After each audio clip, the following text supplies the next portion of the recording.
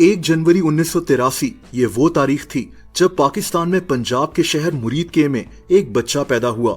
इसका नाम इकबाल मसीह रखा गया। इकबाल के वालिदैन सैफ मसीह और इनायत बीबी मजदूर थे।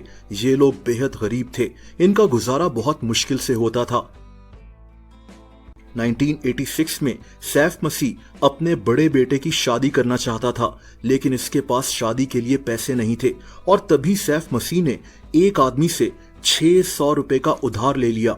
जिस आदमी से सैफ मसीह ने उधार लिया वो एक फैक्ट्री का मालिक था। इस आदमी की फैक्ट्री में कारपेट्स बना करते थे। दोस्तों, ये जो 600 रुपए का कर्जा लिया गया, इसके बदले सैफ मसीह ने अपने बेटे इकबाल को इस फैक्ट्री में काम करने के लिए लगा दिया। इकबाल की उम्र सिर्फ 4 साल थी और अब इसने अपने बाप का लिया हुआ 600 रुपए का कर्जा इसी फैक्ट्री में काम कर कर अदा करना था। न सिर्फ 600 रुपए बल्कि इसके ऊपर सूद भी। 4 साल के इकबाल को पहले 1 साल सिर्फ और सिर्फ यहाँ काम सिखाया गया। 1 साल के बाद इसको हर दिन का सिर्फ 1 रुपया मिलना था। दोस्तों, एक 4-5 साल का बच्चा क्या काम कर सकता था, लेकिन इकबाल अब इस फैक्ट्री में एक गुलाम की तरह जिंदगी गुजारना शुरू हो गया। इसको एक कमरे में चेन के साथ बांध कर रखा जाता था ताकि ये कहीं भाग ना जाए। इकबाल से दिन में 14 घंटे काम लिया जाता था। इसको खाना बहुत कम खिलाया जाता था और काम में गलती होने पर इसको बुरी तरह से मारा पीटा जाता था। इकबाल की जिंदगी एक अजाब बन चुकी थी। जिस उम्र में इसको स्कूल जाना चाहिए था, उस उम्र में इकबाल ये सब कुछ सह रहा था। दोस्तों, क्योंकि इकबाल को खाना बहुत कम दिया जाता था, इसीलिए ये स्टंटेड ग्रोथ का शिकार हो गया, यानी इसका कद बड़ा हो ही नहीं रहा था। उस दौर में बच्चों से ईंटों के भट्टों पर और कालीन की फैक्ट्रीज में जबरदस्ती काम करवाया जाता था। अक्सर बच्चों के वालिदैन गुर्बत की वजह से कर्जा ले लिया करते थे और मजबूरन इनके बच्चों को काम कर कर वो कर्जा अदा करना होता था, जिसका सूद इतना ज्यादा होता था कि ये सारी उम्र यही काम करते रहते थे। इकबाल की भी यही कहानी थी। बहरहाल दोस्तों, इकबाल इस फैक्ट्री में 6 साल तक काम करता रहा। इस दौरान इसकी पूरी कोशिश थी कि ये किसी तरह यहाँ से भाग जाए और फाइनली जब ये 10 साल का हुआ तो इकबाल यहाँ से भागने में कामयाब हो गया।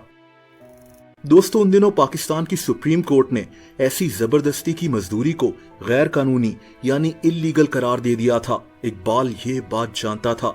ये इस फैक्ट्री से भागकर सीधा एक पुलिस स्टेशन पहुंचा और इसने उस फैक्ट्री के मालिक, जिसका नाम अशद था, इसकी शिकायत पुलिस से कर दी। लेकिन पुलिस इकबाल को पकड़कर वापस उसी फैक्ट्री में ले गई। इकबाल का क्या हाल हुआ होगा आप अंदाजा लगा सकते हैं।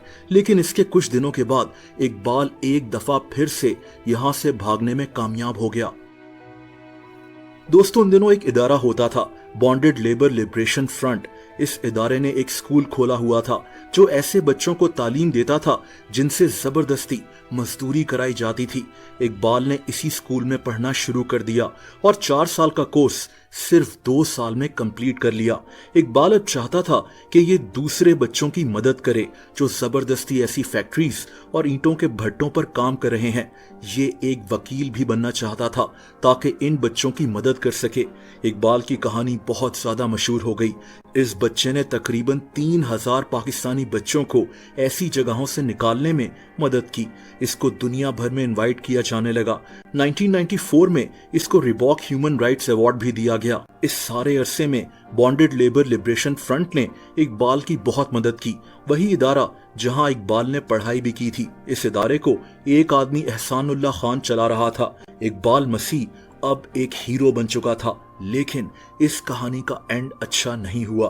दोस्तों, इकबाल से बहुत से लोग खुश नहीं थे। वो लोग जो बच्चों से जबरदस्ती काम करवाते थे। इकबाल की वजह से इस माफिया को बहुत मुश्किल हो गई थी और यही इकबाल की मौत की वजह बन गई। 16 अप्रैल 1995 को 12 साल का इकबाल अपने आबाई शहर मुरीदके में अपने दोस्तों के साथ साइकिल चला रहा था। को एक आदमी एहसानुल्लाह खान चला रहा था। इकबाल मसीह अब एक हीरो बन चुका था, लेकिन इस कहानी का एंड अच्छा नहीं हुआ। दोस्तों, इकबाल से बहुत से लोग खुश नहीं थे।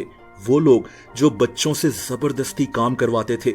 इकबाल की वजह से इस माफिया को बहुत मुश्किल हो गई थी और यही इकबाल की मौत की वजह बन गई।